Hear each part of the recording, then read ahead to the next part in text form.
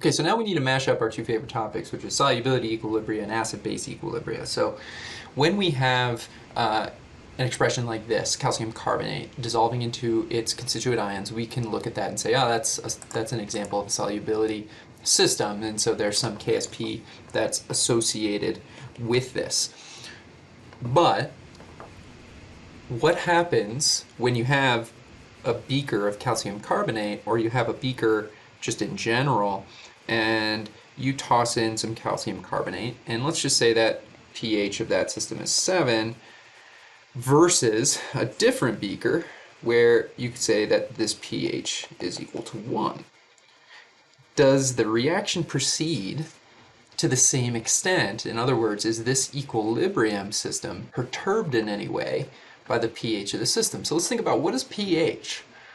Well, pH is really just a measure of the concentration of H+, right? So in this case, H+ is mighty large relative to this one, which is quite a bit smaller, about 6 orders of magnitude smaller, in fact. So how would H+, having lots of that, change the extent of this equilibrium? Or could it? Well, it makes us think about the reaction here. Is there H+ in the system? No, not explicitly, but if we look at these two products, what do we see? And how does it connect to H+? Well, we've seen in the past that these anions can have H+ affixed to them, right? So is it possible to say that this is also part of another equilibrium system where we make bicarbonate, and that is also in equilibrium with carbonic acid, where this is some Ka and another Ka. Is this possible? Yes, it has to be. There's nothing about the carbonate ion that can control which thing it's binding with. And so the carbonate ion is the same carbonate ion, the CO2 in this beaker of water. And if you have a whole bunch more H+ in the solution, that just means that there's more H+, which is via Le Chatelier's principle going to perturb this system. If this is the same carbonate ion, and all of a sudden we start to ramp up this concentration, well, then we may say that this system is going to shift towards making more HCO3- and more H2CO3. If that's the case, if we just crank up the concentration of this stuff and it starts to shift this whole acid-base system that contains carbonate towards more of our carbonic acid, then what's happening to the concentration of carbonate? Well, it is also then decreasing, right? If this stuff, if it's shifting towards H2CO3 down here, then that stuff is decreasing as well. And if that's decreasing, then what happens to our original solubility expression? Well, if that's decreasing, then it means that this whole thing needs to shift this direction to make more of this stuff. And so you can start to see the interconnectedness of equilibria. And right now I'm only giving you two. In reality, in an ocean, which coral is made of calcium carbonate, there are hundreds, if not thousands, of competing equilibria, where calcium is involved in a whole bunch of other ones, and carbonate is involved in a whole bunch of other ones. They're all interconnected. And so that makes for a really complicated system. But the important takeaway here is that they are connected, and none of these reactions are taking place in a vacuum.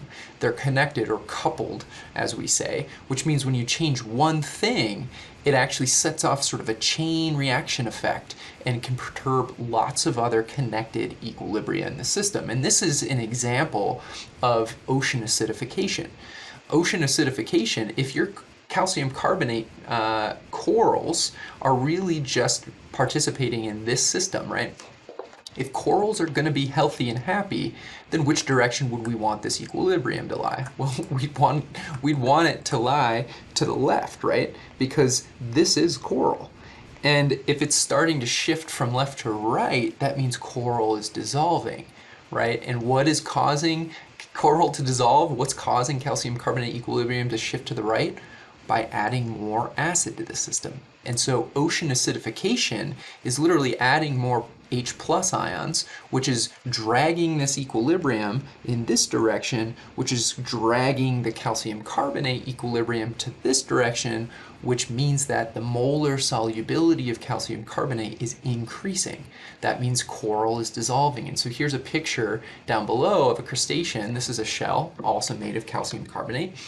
And you have the shell in nice pH conditions, meaning you have fairly basic or alkaline water, which pushes the equilibrium towards the coral, towards calcium carbonate. And then we have a system where you have sort of modeled ocean acidification, where you have a more acidic system that draws or starts to leach away the calcium carbonate because it's actually more soluble at lower pHs. So we're not going to do too much with this in this class beyond understanding conceptually how these things are connected. But if you're interested in this, this is really the basis for aquatic chemistry or more natural chemistry, water chemistry. And this is really what I teach in the analytical chemistry course, the Chem 241 course, where we think a lot more about the interconnectedness of natural water systems, which are complicated. And we think about how do we solve multi-equilibria systems, which turns out to be not that easy by hand.